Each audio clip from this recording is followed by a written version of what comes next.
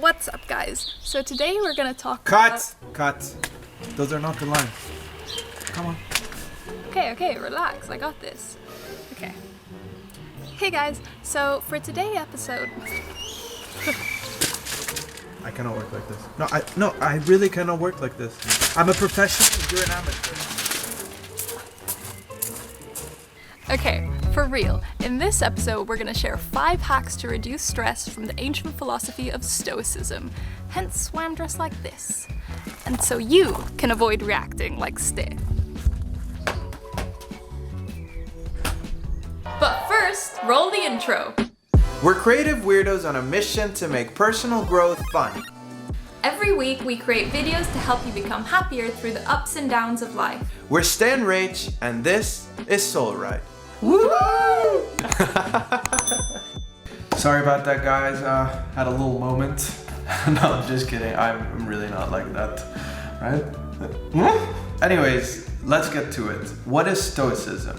And first of all, yes, Stoicism might sound like one of those boring ass topics that Miss Wellington would try to teach me in class while I was busy daydreaming about rescuing the girl I liked from a sudden alien abduction to win her over and... Anyways, you get the point. Stoicism sounds like the last thing you want to learn, but stick with us because honestly, Stoicism teaches some of the most useful and practical tools that we can use today to live a happier life.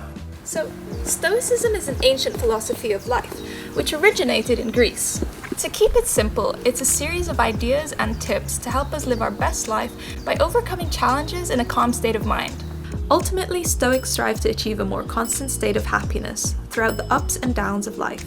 Rather than imagining a perfect society, the Stoic tries to deal with the world as it is, while pursuing self-improvement and growth as a person. The biggest barriers to achieving happiness, or tranquility as the Stoics call it, are negative emotions, including things like stress. That's why Stoics like Greek philosopher Seneca and Roman Emperor Marcus Aurelius developed strategies to help prevent or reduce the impact of these negative emotions. We all know how bad stress can be on our physical and mental health. Bottom line is, we don't want to end up like 2002 Britney, or worse. So, without further ado, let's start with the 5 Stoic hacks that can help you deal with stress. Each hack is divided into 3 main parts. The main takeaway of the concept, real stories of people putting it into practice, and finally an actionable tip that you can apply to your daily life now. We hope in this way you guys can extract as much value as possible, and that's it. Let's get into it. When something negative happens, Stoics believe you should delay your reaction and first assess how much of the situation is out of your control versus how much is in your control. Once you've assessed the happening, you should let go of what is out of your control so you can focus all of your energy on what is in your control. Okay, so way too often we get stressed about things that are totally out of our control. And I'll share a personal story for this one, and just for the record, I am definitely not proud of it, but here goes. So Rach and I were in Bali last year. We had just come out of an amazing massage, feeling extra relaxed, and we hopped on our scooter to go back home. I was driving and Rach was sitting in the back holding my phone for navigation. At one point, we hit a red light, a motorbike pulled up next to us, and a guy just snatched my phone out of Rach's hand. I tried to chase them, but I quickly realized that my beat-down scooter would never catch up to their motorbike. So I took the Stoic advice of out of my control versus in my control, and I completely threw it out the window. Yes, I got angry, I got stressed. Rach says a few dried tears were shed. Not even sure what that means, but let's just say it was definitely not a pretty scene, and I let it linger with me for the rest of the night pretty much. What I should have actually done was realize that I couldn't go back in time and get my phone back. That was totally out of my control. And replaying the scenario in my head would simply frustrate me and waste my energy. If I would have had this realization earlier, I could have focused on doing what I could actually control. In this case, blocking my phone and changing all my passwords, which, due to my highly emotional state, I had to delegate to Rach. The point is, if I knew about this hack back then, I could have definitely prevented a lot of unnecessary stress. So every time something negative happens, try to practice a little mental trick before reacting. Imagine having two baskets in your head, one labeled out of my control and one saying in my control. Once you have identified what is out of your control, you need to try to let it go, so that if there's anything in the in my control basket, you can focus your energy in a more useful way. Obviously, it's not a walk in the park, and it requires practice, but we believe it's definitely worth the try.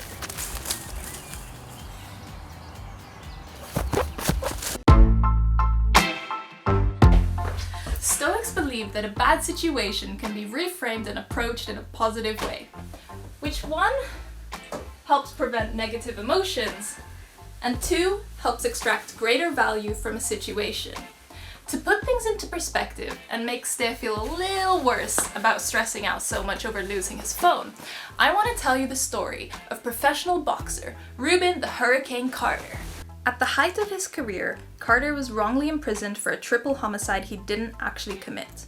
He could have totally given up on his life, as many of us might have done, but while he was in prison, he decided he was not going to be a victim of his circumstances and made a commitment to himself that he would refuse to despair. Instead, he spent every second of his time on his legal case, reading law, philosophy, and history books. He made the most out of his time, and after 19 years, his guilty verdict was overturned. He not only left prison as a free man, but also a better person. So the moral of the story is, if Reuben Carter can turn 19 unjust years in prison into a personal workshop, I think we can all try a little harder to reframe our challenges into something that's more positive. Flipping something negative into a positive is much easier said than done. But what helped us and what we suggest you to try is to stop saying, I have a problem, and instead start asking yourself, how can I turn this problem into an opportunity? Reframing your perspective to see a problem as an opportunity creates a much more positive attitude, which allows you to use negatives to your advantage. This leads us to hack number 3.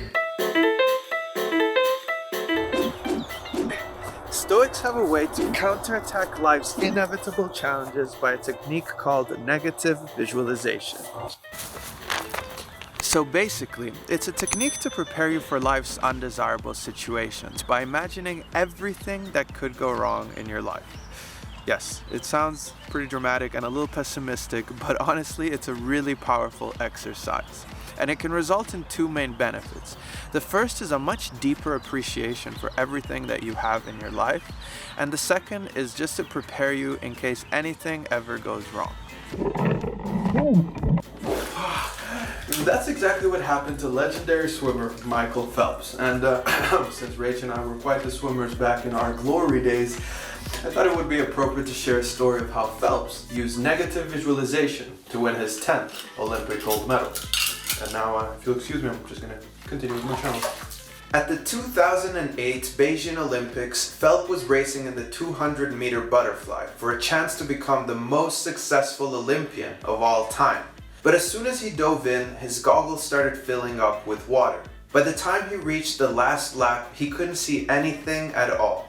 But he continued and finished the race. When he looked up at the clock, he had not only won the gold medal, but also broke the world record. When he was asked about how he was able to pull this remarkable win off, he explained how before every race he would visualize all the things that could go wrong, so that when the time came, he would know exactly how to react calmly to any challenge, even if that meant swimming blind. So, if you want to try this, start by making a list of all the things that you value. It can be your loved ones, your dreams and aspirations, or even things like possessions. Then, set some time just once a week to go through the entire list and try to contemplate everything that could go wrong.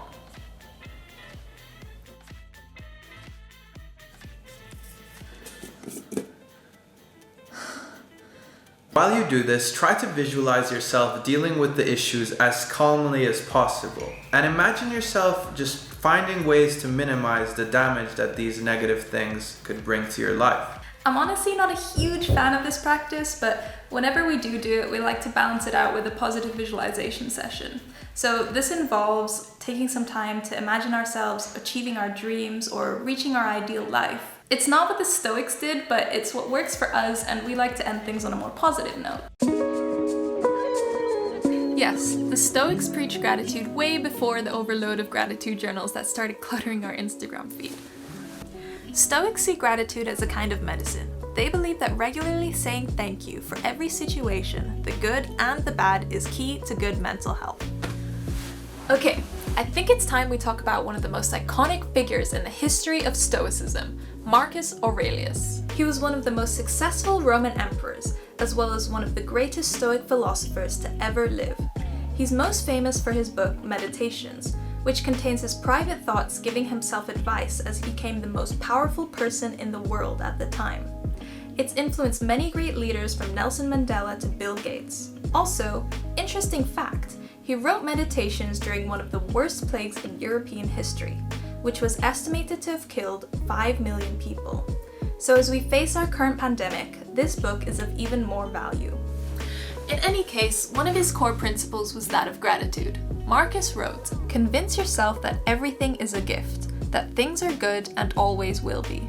And he didn't just mean to be grateful for the usual candidates, for our family, for our health, and for the food laid out on our tables.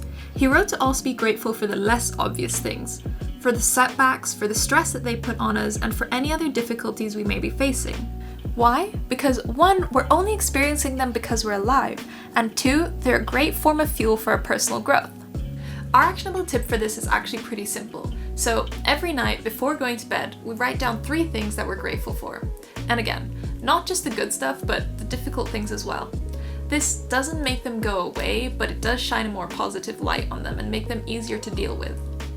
If you don't already do this, we highly recommend that you try it out because it's such a quick practice to help you appreciate life and release stress. When we worry, it's often because we're concerned about a certain outcome. We all know that by worrying, we create stress, but the Stoics have a very simple hack for this. It's called amor fati. And no, it doesn't mean fat love, it means loving fate. The Stoics teach that whatever happens in your life, as long as you embrace the journey, you're gonna be fine. One story that stands out to us is the one of the famous inventor Thomas Edison, the man who invented the light bulb, among many other things. In the early 1900s, his factory was burnt down, and Edison saw all his life work go up in flames. Unlike most people, he remained calm and told his son, "Go get your mother and all her friends. They'll never see a fire like this again." He accepted the event and used the fire to quite literally fuel him to work harder and smarter. Within about 3 weeks of the fire, Edison's factory was basically back up and running. And that year, he made nearly $10 million in revenue, the equivalent of 200 million today. Yes, this is a really extreme case, and we're definitely not saying it's easy, but Thomas Edison showed us that it's possible. So the big lesson for us was that as you set your goals for the future, you should never attach your happiness to the outcome. Now, we're a long way from Thomas Edison's level of stoicism, but we do try to apply the concept of amor fati to our channel as well. So we want to grow this community into something impactful, but we don't attach our happiness to that result. Instead, we attach our happiness to getting better, learning, and just doing our best in the present moment. And whatever that will bring, we will try our best to embrace. One thing that we started doing, which we highly recommend, is what we call Friday celebrations. Every Friday, Rach and I take some time to celebrate the biggest wins of the week, both professional and personal.